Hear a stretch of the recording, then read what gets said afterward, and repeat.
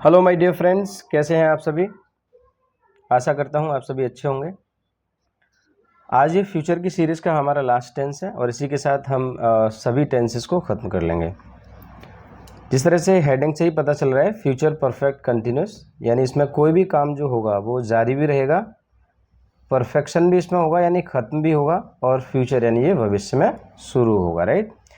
पहचान के तौर पर जो किताबी पहचान है, वाक्यों के अंत में रहा होगा, रही होगी, रहे होंगे, प्लस इसमें समय भी दिया रहता है। कोई कार्य जो फ्यूचर में कुछ समय तक जारी रहे, फ्यूचर में जारी रहे। राइट। कोई कार्य जो भले ही पास्ट में शुरू हो या प्रेजेंट में शुरू हो या ये फ्यूचर में शुरू हो, किंतु वह जारी रहे, यानी कि इसमें जारी रहना, फ्यूचर में किसी काम का जारी रहना बताया जाएगा और फ्यूचर में ही क्या हो जाएगा, वो समाप्त हो जाएगा। ठीक है। हेल्पिंग वर्ब इसमें जो है विल हैव बीन और शैल हैव बीन। समय के लिए हम यहाँ पर एक बात का विशेष ध्यान रखेंगे, जहाँ पर हम सिंस का प्रयोग करते थे, बाकी पिछले जितने भी टेंसेस हमने किए थे इस सीरीज़ के, प्रेजेंट परफेक्ट कंटिन्यूस या पास्ट परफेक्ट कंटिन्यूस, तो वहाँ हमने पॉइंट ऑफ टाइम के लिए सिंस का प्रयोग किया था। राइट। यहाँ पर आप पॉइंट ऑफ टाइम के लिए फ्रॉम का भी प्रयोग कर सकते हैं, और ये मैं एग्जाम्पल्स के माध्यम से आपको बताऊँगा कि क्यों।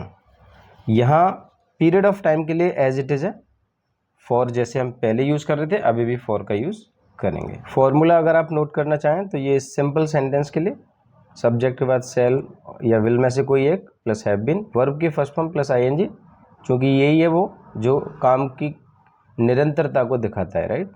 अब यहाँ पर मैंने सिंस, आप सिंस लगाए तो सिंस लगा सकते हैं या फिर फ्रॉम, और फॉर है तो फॉर, उसके हिसाब से। ठीक है। Negative sentence subject plus shall और विल के बाद नॉट, फिर हैव बीन, वर्ब की फर्स्ट फॉर्म प्लस आईएनजी, फिर उसके बाद में ये जो डॉट डॉट डॉट डॉट मैंने लगाए हैं, इसका मतलब कि बाकी के जो बचे शब्द आप लिख सकते हैं, उनके बाद लास्ट में सबसे क्या है, समय के लिए ये दोनों वर्ड्स है। राइट। इंटेरोगेटिव के लिए जैसे अगर कोई भी सेंटेंस क्या से शुरू हो तो उसके लिए विल और शैल स्टार्टिंग में, फिर उसके बाद सब्जेक्ट और as it is. Right. Interrogative negative अगर देखें तो सब्जेक्ट के बाद नॉट का ध्यान रखना है बस हमें।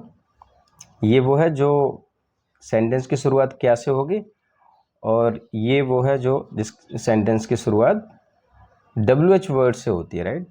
प्रश्न पूछने वाले शब्द यदि सेंटेंस के बीच में होंगे तब, बट सब्जेक्ट के बाद नोट का हमें यहाँ पर भी ध्यान रखना है। अब इन एग्जाम्पल्स को हम एक एक करके बनाते हैं।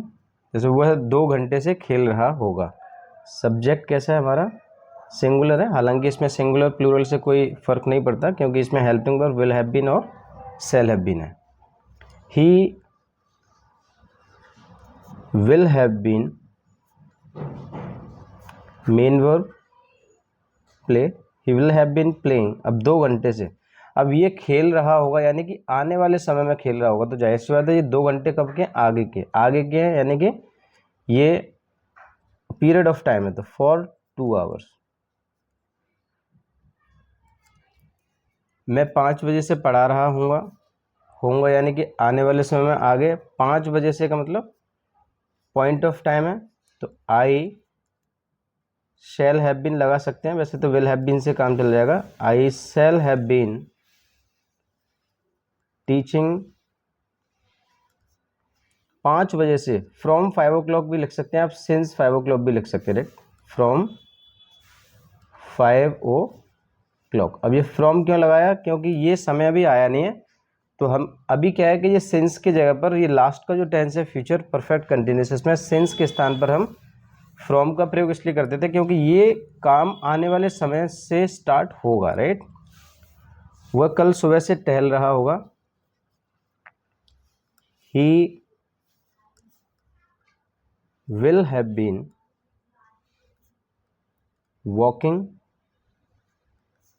कल सुबह से। राइट। तो फ्रॉम से के लिए हमने क्या लगा दी, फ्रॉम टुमारो मॉर्निंग,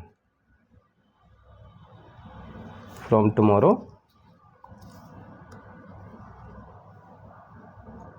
मॉर्निंग। इस साल के अंत तक राहुल इस विद्यालय में 3 वर्ष से पढ़ा रहा होगा। इस तरह के सेंटेंस भी फ्यूचर परफेक्ट कंटिन्यूस टेंस में आते हैं। राइट। इस साल के अंत तक, तो इस साल के अंत तक को हम क्या लिख सकते हैं, by the end of, by the end of this year, by the end of this year तक के लिए हम क्या लगा दिया हमने, by the end of this year Rahul will have been teaching इस विद्यालय में, इन दिस विद्यालय, इन दिस विद्यालय 3 वर्षों से, ये समय तो इसे लास्ट में बनाएंगे, फॉर 3 ईयर्स, मैंने ये शॉर्ट में लिख दिया, ठीक है। वह उस किताब को 2 बजे से नहीं पढ़ रही होगी। शी विल, अब देखिए ये जो नेगेटिव सेंटेंस है तो विल और शैल के तुरंत बाद आप नोट लगा सकते हैं। She will not have been reading, किस किताब को, उस किताब को, दैट बुक, कब से, 2 बजे से। फ्रॉम लगाएंगे या सिंस लगाएंगे, आने वाले समय की बात हो रही है तो 2 बजे से, यानी कि ये 2 बजे भी कब के हैं, आगे के ही होंगे, राइट, आने वाले समय के, तो हम क्या लगाएंगे, फ्रॉम 2 o'clock। ये नेगेटिव था। अभी इंटेरोगेटिव सेंटेंस, क्या वे कल से बच्चों के साथ खेल रहे होंगे। देखिए सेंटेंस की शुरुआत क्या से, तो हम क्या लगा सकते हैं, विल दे हैव बीन, खेलना मेन वर्ब है यहाँ पर, दे प्लेइंग।